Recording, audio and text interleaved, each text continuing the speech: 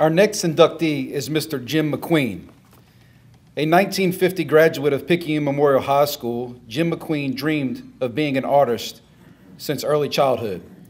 He carried that passion to then Pearl River Junior College, where he served as art director for the Wildcat Yearbook.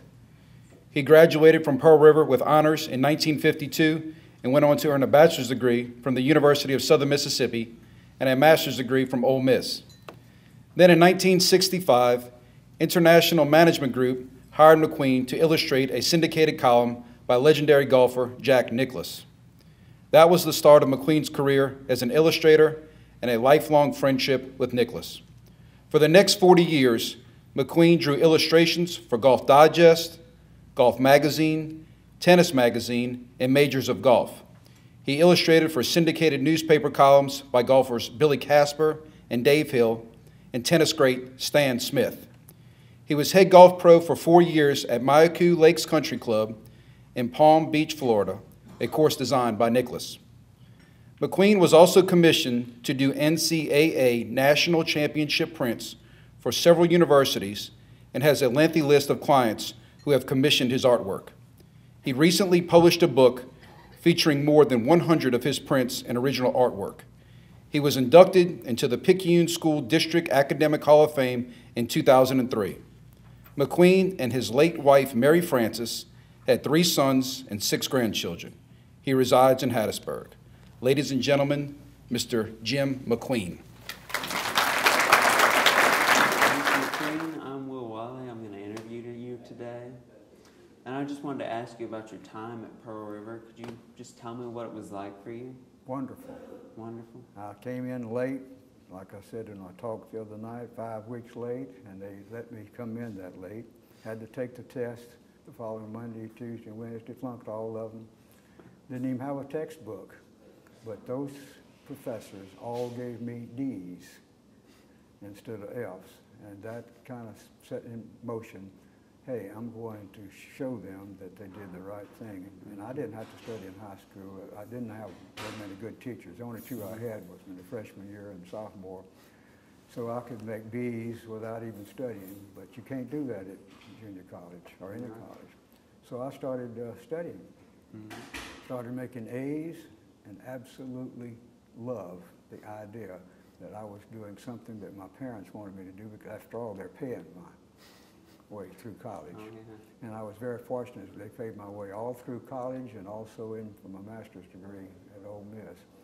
But the main thing I remember about Pearl River Junior College at that time was my art teacher, Art Higman. A wonderful teacher, took me under his wings, just told me he wanted to do whatever it took to teach me everything he knew about art. And he did. And on my sophomore year, I would come up here on Thursday nights. I lived in Picayune. I went back and forth on a veterans bus 4 days a week and brought my dad's car on Fridays. I got off at 12 o'clock. But on Thursday nights, I came up in my dad's car, and he was teaching some kind of a class to veterans. It wasn't art, it was something else. But in his office, he let me be in there, drawing boards and so forth, and he taught me every 10 minutes he would come in and show me what he wanted me to do. He did that whole year. And by the end of my sophomore year, I knew more about art than I learned my junior and senior year at Southern and my master's degree at Ole Miss, all under this one man that took me under his wings, so to speak. So I owe so much to him, but he made Pearl River Junior College for me. And something else I'll never forget. I was just listening to You'll Never Walk Alone last night by the, I believe it's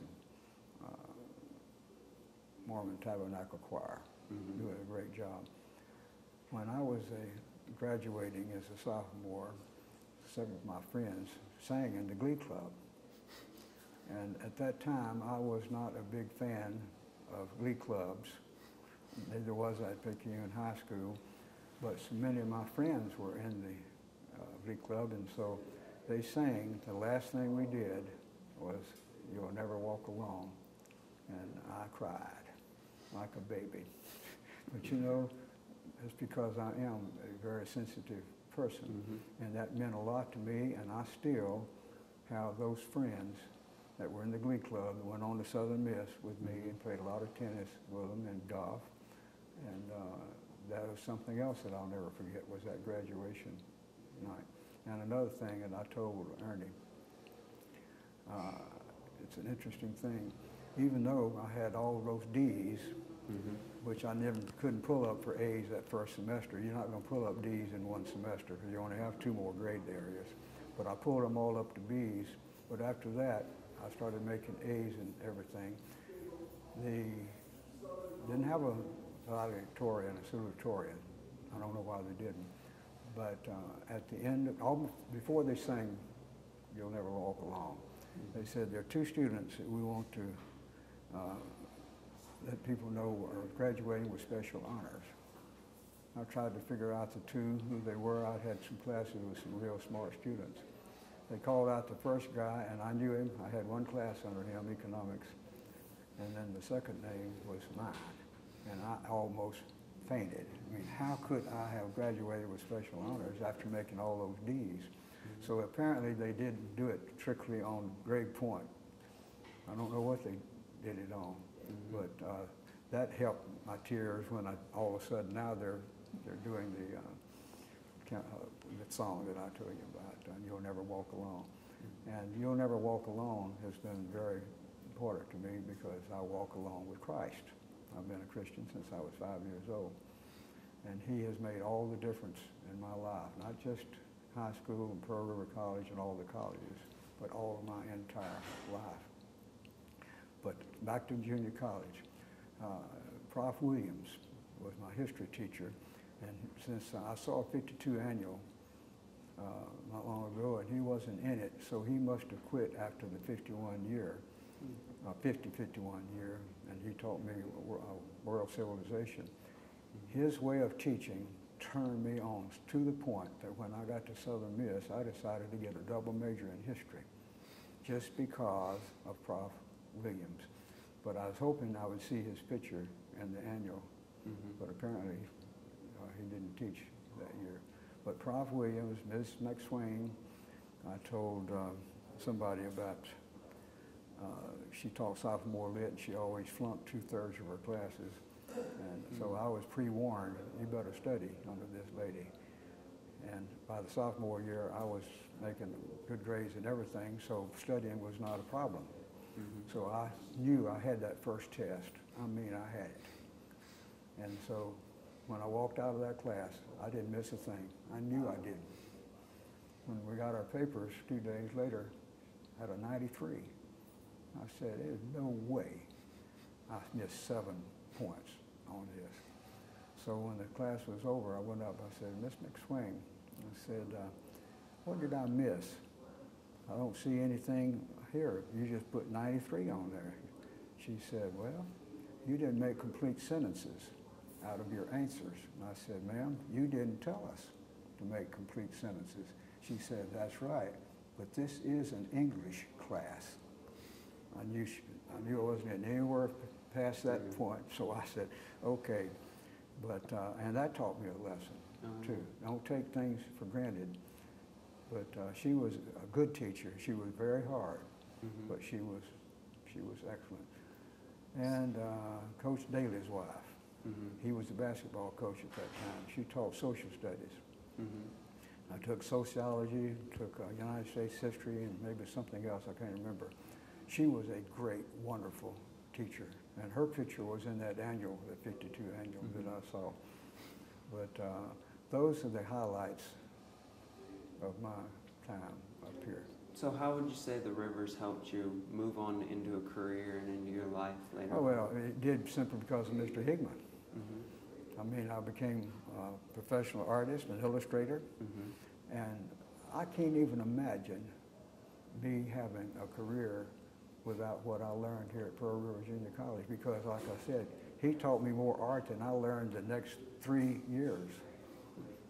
Supposedly very good teachers, and they were. But think about it, I was kind of handicapped because they didn't teach illustration back then. They just taught art. And so what my degree was at Southern really was commercial art, which is, illustration is part of commercial art. And then, of course, at Ole Miss, I got my master's degree in art education because they didn't have anything about illustration. But then when my career really got started, I can go back and thank Mr. Higbin for, he set the stage, in other words. He showed me the things that I would need, no matter what avenue of art, whether it's going to be illustration, oil painting, portraits, or whatever. He said, you're going to learn to do these things. And he taught me more about perspective. I didn't know anything about perspective. I didn't know that the railroad tracks, when they come to a point, it's always on the horizon. I didn't know that. All those kind of things help you when you're drawing buildings, especially. Architects have to know linear and aerial perspective. All those kind of things, I didn't have any foggiest idea about them until he told me. So it set the stage. So you'd say it worked better for you going to a junior college first? And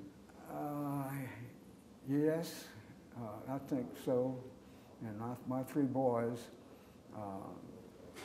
where they lived, where we lived when they started college, there were no junior colleges around, so they all just went straight on to senior colleges. I think it's a disadvantage in a way, especially now. My oldest son went to Arizona State with 48,000 students. That's a huge jump from a high school that had 2,000 people to a college that has 48,000. So it wasn't that bad. Southern, when I graduated from Southern, there were only 3,600 students. Now they're what, 18,000 or something like that. But it wouldn't have been that big of a jump. I had 60 people in my graduating class in high school. Oh, wow. But when I came to junior college, there weren't 300 and something students here, and that included the Poplarville High School, juniors and seniors. They were going in this area, and I don't know if they do that anymore, do they? I don't think so. I wouldn't think so. But anyway, the jump wouldn't have been as bad. I think I could have handled it. But I just decided that junior college would be the best. So you're glad you decided to go to the river first? Absolutely. It was just wonderful. And like I told the people in the thing that we had Thursday a week ago, getting friends with somebody like Coach Holden, only fans, he lived right across the street from me in Picayune, and his parents did, but I really got to know him through golf.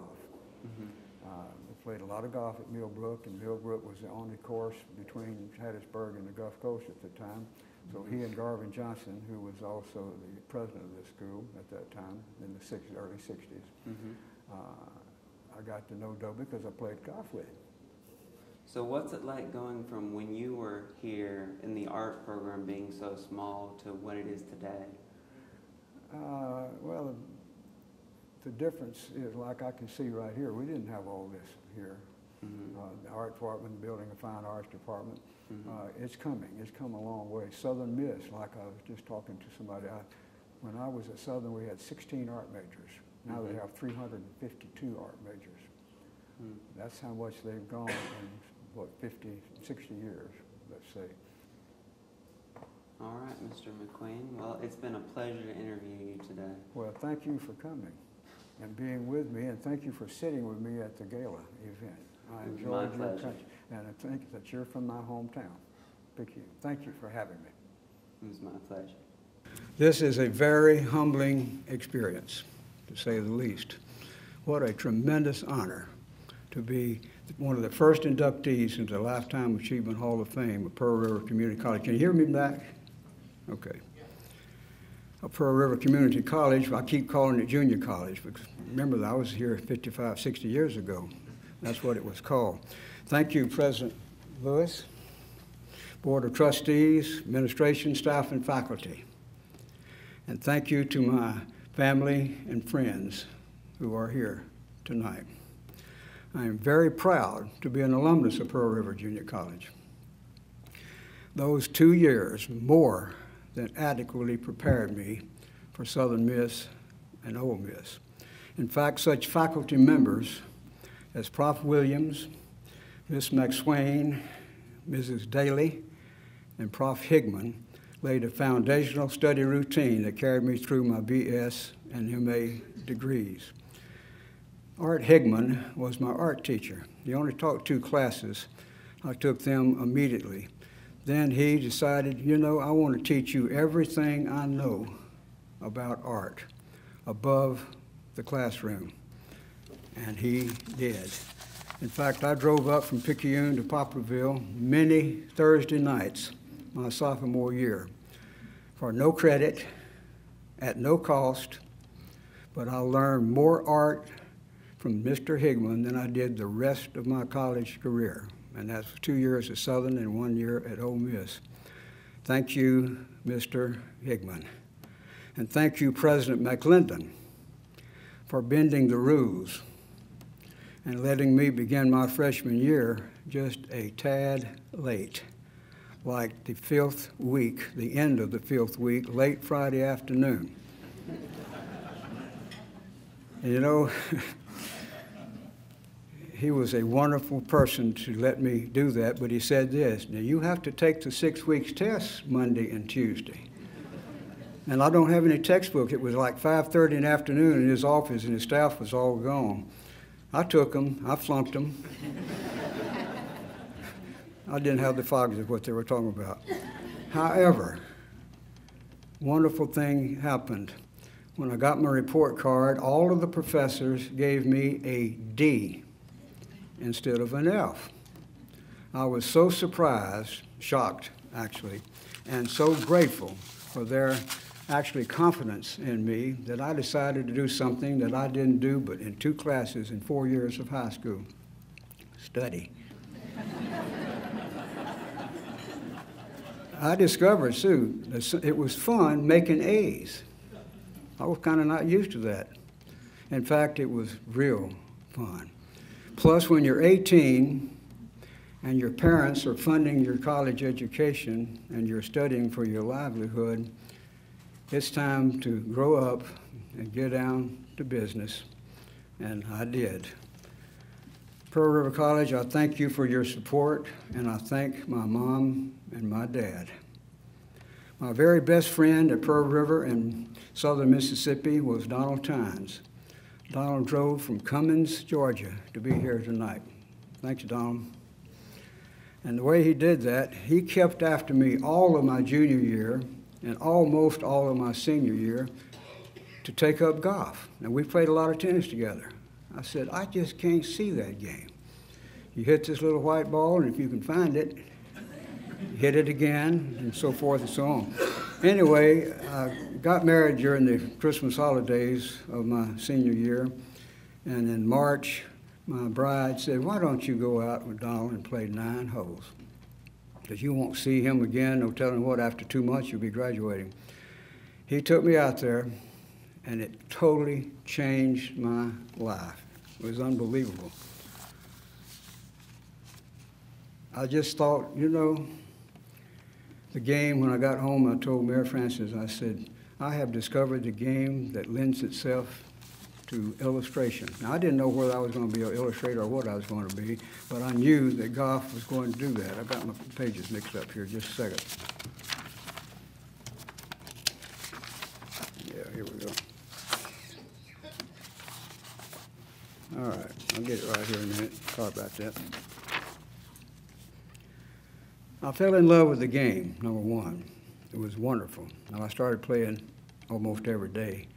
But it set the stage for my career as a Sports Illustrated. There were no golf magazines at the time. But I knew someday there was going to be, because golf was very, very popular at that particular time and getting more popular. So I thank you, Donald, and I thank Mary Frances for talking me into going. Dr. Walter Locke was the art professor, head of the art department at Southern Miss. He told me one time that you can learn more, 3 times more, teaching than as a student. That doesn't sound right, does it? But it's right. It was correct. I couldn't believe it. I taught high school art in Arizona and California for a few years until Golf Digest hit the newsstands. And when it did, I sent them a scratchboard drawing of Arnold Palmer, who had just won his 2nd Masters, and hoping that they would give me a job, a freelance job of illustrating for them.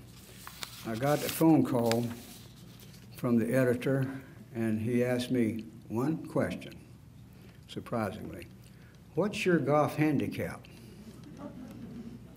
I had a brochure, I sent him all kind of things with this scratchboard drawing. I thought he was going to talk about Palmer or something.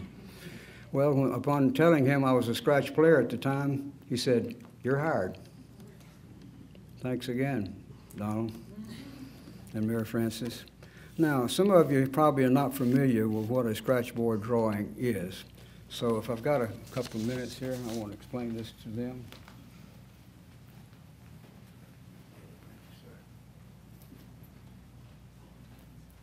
Now, you probably saw this one out there. This is some I did with Sam Snead several years ago. It started off with a blank piece of illustration board, and you add to it with paints or whatever. This is mixed media technique and so forth. Norman Rockwell, my biggest hero, he started off with a white canvas or a pastel colored canvas, and he put it on with paint. Now, a scratchboard drawing, this is what you start off with, a black board. So instead of putting on, you take off. You take the black off where it needs to be. You're drawing with a small knife, and you're cutting into it. And this is the one I sent to Golf Digest many, many years ago. This is Arnold Palmer hitting out of a sand trap. Over 30 hours it took me to do this painting. So it has thousands and thousands of small cuts. I don't have the eyesight now to do something like this, but this is what started my career. So I thank Arnold Palmer also. Now, this job with Golf Digest led directly and indirectly to many facets and opportunities as my being a freelance sports illustrator. It gave me the opportunity to illustrate their books, the professionals, their magazine articles, and to write and illustrate their syndicated newspaper columns. He named a few of them a while ago. Jack Nicklaus, I've done more work for him than anybody else. Sam Snead, Billy Casper, Gary Player, Johnny Miller. He mentioned Stan Smith, but also did a book and a lot of things for Arthur Ashe. Some of you probably remember him.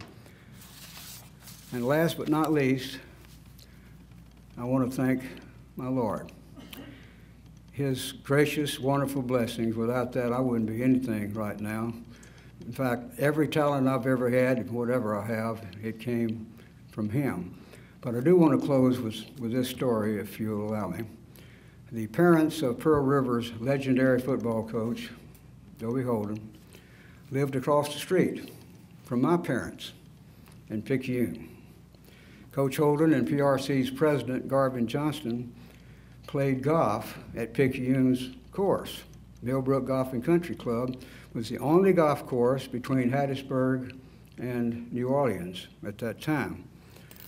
Now, I think 2 or 3 months after I won my 3rd club championship at Millbrook, Coach Holden asked me to give him a lesson, a golf lesson. Right. All right. Anyway, he had played in that club championship tournament. He was in the 3rd flight. Now, one of the first questions that Coach Holden asked me, how often do you and your dad play golf? Well, now my dad started playing golf at the age 50, was a garage mechanic, never picked up a club, tennis racket, football, or anything in his whole life. He took it like a duck goes to water, and at this time, 6 years later, he was a 4 handicapper. And he won the 1st flight in that club championship tournament. But Dobie knew every time he saw me out there, he saw my dad out there. In fact, my dad won the 1st flight by 6 strokes that year.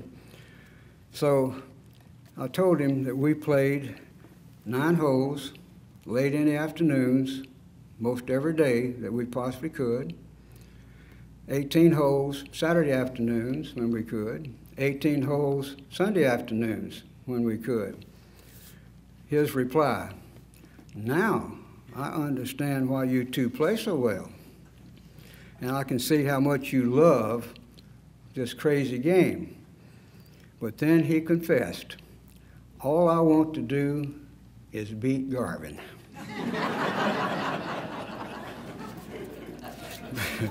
We chuckled too, Coach and I did. Now, he didn't play enough golf to play any better. Matter of fact, I thought he played extremely well. He didn't play during football season. And listen to this, he never practiced. And golf is just too difficult otherwise. Now, speaking of practice, my last words to Coach Holden that afternoon were from a quote by the legendary football coach Vince Lombardi, who is said to have borrowed it from the legendary golfer Ben Hogan. This sounds like Hogan. Practice does not make perfect. Only perfect practice makes perfect. That's true with everything. But there's a quote by King David is even more realistic because it is instruction in godly wisdom. Psalm 37:4, delight yourself in the Lord, and he will give you the desires of your heart. This is a great motto for all of us. Thank you.